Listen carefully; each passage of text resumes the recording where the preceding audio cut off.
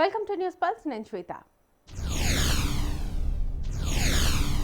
తెలంగాణలో మున్సిపల్ ఎన్నికల పోలింగ్ ప్రారంభమైంది. 7 నగరపాలక సంస్థల్లోని 412 డివిజన్లు, 116 పురపాలక సంఘాల పరిధిలోని 2569 వార్డుల్లో ఓటింగ్ జరుగుతోంది. ఉదయం 7 గంటలకు ప్రారంభమైన పోలింగ్ సాయంత్రం 5 గంటల వరకు కొనసాగుతోంది. ఓటర్లు తమ ఓటు హక్కు వినియోగించుకునేందుకు పోలింగ్ కేంద్రాలకు వస్తున్నారు. ఎలాంటి అవాంఛనీయ ఘటనలు జరగకుండా పోలీసులు కట్టుదిట్టమైన బందోబస్తును ఏర్పాటు చేశారు. ప్రతి పోలింగ్ కేంద్రంలో లోపల బయట వెబ్కాస్టింగ్ సదుపాయాన్ని కల్పించారు. ఈ నెల 13న ఓట్ల లెక్కింపును నిర్వహించనున్నారు. 16న మేయర్లు, ఉప మేయర్లు, చైర్పర్సన్లు, వైస్ చైర్పర్సన్స్ కు పరోక్ష ఎన్నికలు జరగనున్నాయి.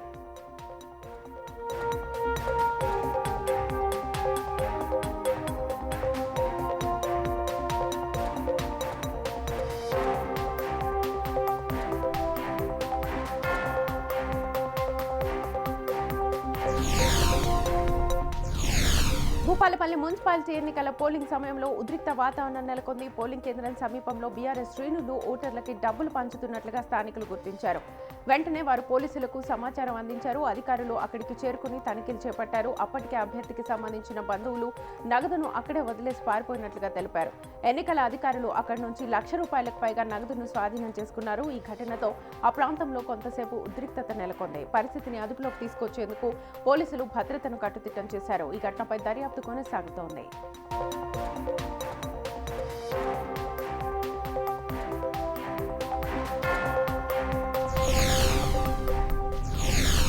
ఏపీ అసెంబ్లీ బడ్జెట్ సమావేశాల ప్రారంభంలోనే వైసీపీ సభ్యులు నిరసన తెలిపారు. జగన్ సహా ఆ పార్టీ ఎమ్మెల్యేలు, ఎమ్మెల్సీలు సభకు హాజరయ్యారు. గవర్నర్ అబ్దుల్ నజీర్ ప్రసంగం ప్రారంభించగానే ప్రభుత్వానికి వ్యతిరేకంగా నినాదాలు చేశారు.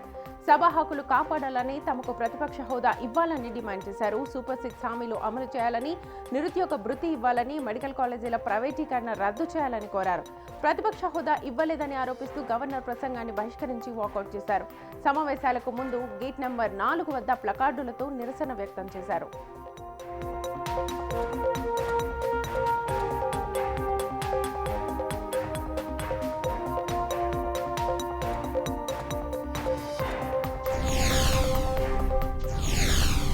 అమరావతిలో ఏపీ మంత్రి కందుల దుర్గేష్ కు బెదిరింపులు వచ్చాయి. మావోయిస్టుల పేరిట ఆయన్ను చంపేస్తామని ఒక లేఖ పంపించారు. ఈ లేఖ సచివాలయంలోని మంత్రి దుర్గేష్ కార్యాలయానికి పోస్టు ద్వారా చేరింది. లేఖను గమనించిన అధికారులు వెంటనే అప్రమత్తమయ్యారు. విషయం తెలిసిన వెంటనే మంత్రి కార్యాలయ సిబ్బంది తుళ్లూరు పోలీస్ స్టేషన్లో ఫిర్యాదు చేశారు. పోలీసులు కేసు నమోదు చేసి దర్యాప్తు ప్రారంభించారు. లేఖ ఎక్కడి నుంచి వచ్చిందో తెలుసుకునేందుకు చర్యలు చేపట్టారు. మంత్రి భద్రతను కూడా కట్టుదిట్టం చేశారు.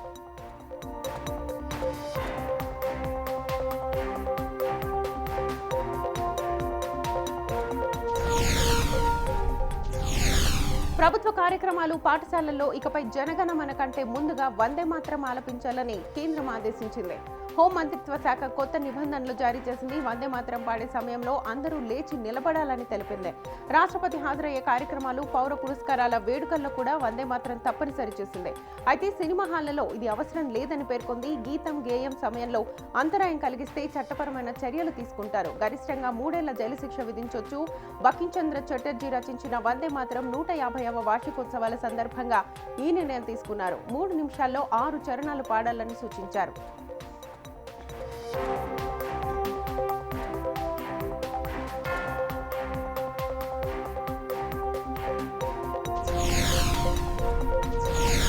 కెనడాలోని బ్రిటిష్ కొలంబియా రిడ్జ్ సెకండరీ స్కూల్లో భయానక ఘటన చోటు చేసుకుంది. మంగళవారం మధ్యాహ్నం 12:30 గంటల సమయంలో ఓ దుండగుడు స్కూల్లోకి వచ్చి కాల్పులు జరిపాడు. ఈ ఘటనలో ఇప్పటి వరకు 10 మంది ప్రాణాలు కోల్పోయారు. 25 మందికి పైగా తీవ్రంగా గాయపడ్డారు.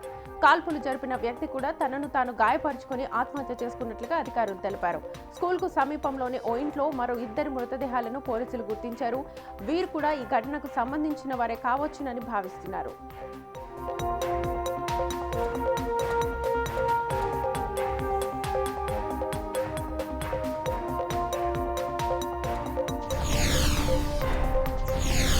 కర్ణాటకలో Mysore sandal soap brand ambassador గా హీరోయిన్ తమన్నాను నియమించడంపై పెద్ద వివాదం మొదలైంది. ఈ బ్రాండ్ కర్ణాటక సంస్కృతికి ప్రతీకగా భావిస్తారు. అలాంటి ప్రభుత్వ బ్రాండ్కు ముంబైకి చెందిన నటిని ఎంపిక చేయడాన్ని ప్రతిపక్షాలు, కన్నడ సంఘాలు వ్యతిరేకిస్తున్నాయి.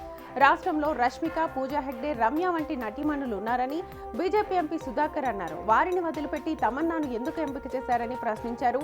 ఇది కన్నడ నటులకు అవమానమని అన్నారు. సోషల్ మీడియాలో కూడా లోకల్ బ్రాండ్కు లోకల్ స్టార్ అనే డిమాండ్ పెరుగుతోంది. ప్రభుత్వం మాత్రం గ్లోబల్ గుర్తింపు కోసమే ఈ నిర్ణయం తీసుకున్నామని చెబుతోంది.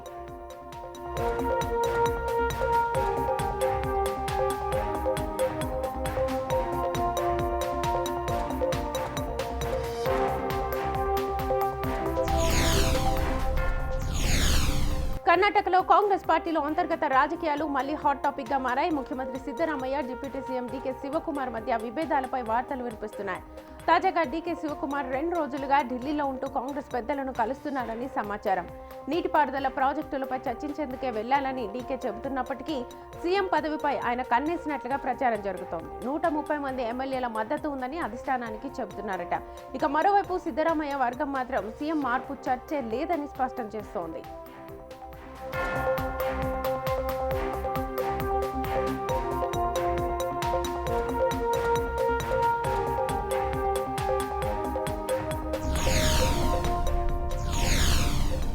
టాలీవుడ్ యంగ్ హీరో నిఖిల్ సిద్ధార్థ్ ఈసారి యోధుడి పాత్రలో ప్రేక్షకుల ముందుకు రానున్నాడు. భరత్ కృష్ణమాచారి దర్శకత్వంలో తెరకెక్కుతోన్న పాన్ ఇండియా సినిమా స్వయంభూ టీజర్ తాజాగా విడుదలైంది. ఇక ఇందులో నిఖిల్ మునుపెన్నడూ చూడని రూపంలో యుద్ధ సన్నివేశాల్లో కనిపిస్తున్నాడు. భారీ విజువల్స్, గంభీరమైన నేపథ్య సంగీతం టీజర్ను మరింత ఆకట్టుకునేలా చేశాయి. సంయుక్త మీనన్, నభ నటేష్ కథానాయకులుగా నటిస్తున్నారు. టీజర్లో ఒక్క ప్రాణం కూడా కోల్పోకుండా యుద్ధం నిలవదనే డైలాగ్ సినిమాపై ఆసక్తిని పెంచుతోంది. కథ, విజువల్స్, యాక్షన్తో ఈ చిత్రం భారీ అంచనాలు తెచ్చుకుంటోంది.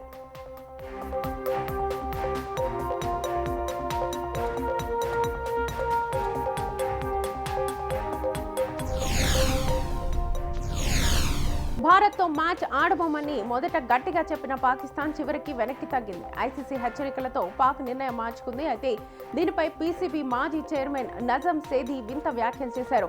పాకిస్తాన్ కాదు, ఐసీసీనే వెనక్కి తగ్గిందని అన్నారు. భారత్తో మ్యాచ్ ఆడకపోతే పెద్ద శిక్షలు ఉండవని పాక్కు తెలుసునని చెప్పారు. టీ20 వరల్డ్ కప్ 2026లో భారత్తో ఆడవని పాక్ తొలుత ప్రకటించింది. ఆదాయ నష్టం భయంతో ఐసీసీ ఇతర దేశాలు ఒత్తిడి చేయడంతో చివరికి పాక్ మ్యాచ్కు అంగీకరించింది. కానీ ఇది తమ కోసం కాదని బంగ్లాదేశ్ కోసమే చేశామని చెబుతోంది.